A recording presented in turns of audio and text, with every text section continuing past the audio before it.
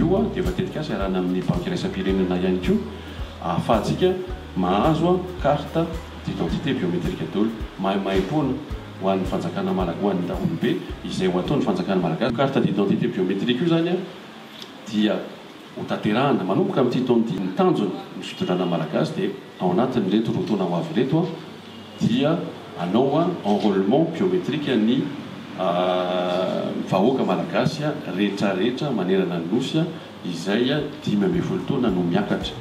Rehefa tonga ny 20 taona dia mahazo ilay carte d'identité biométrique daholo ny vahoaka malagasy ray manontolo.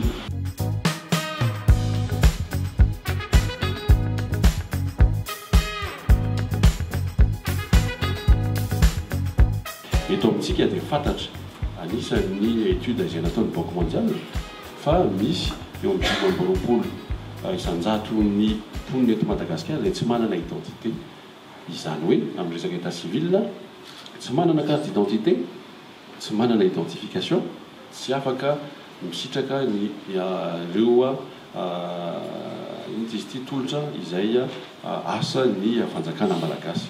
Rehefa manana carte d'identité biométrique ianao miaraka amin'ny identifiant unique io dia mifacilité manafaingana ny asa rehetra izay ilainao amin'ny ratsa magaiky ny fanjakana. Hoe araka ny lazaiko teo mila permis ianao, mila maninona izy ity, mila carte grise ianao, mila certificat de situation juridique ianao ny amin'ny foncier. Ohatran'izay ihany koa any amin'ny resaka passeport, ohatran'izay ihany koa any amin'ny resaka CNAPS.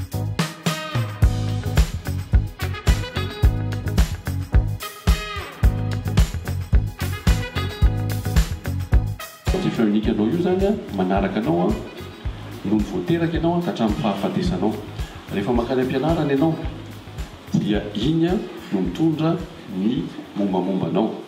Manaraka anao zany iny any am-pianarana raha misy fanampiana ilaina any am-pianarana dia iny ohatran'ilay QR code ny fokotany teo iny any tsika Madagasikara io nanaovana zany fa manerana an'izao tontolo izao maninona ny pays mihoatran'ny zato manao an'izany enrôlement biométrique sy mametraka zany identifiant unique zany hievitena an'izay duplication na olona na duplication na carte d'identité na numéro d'identité ahafahana manaraka anazy.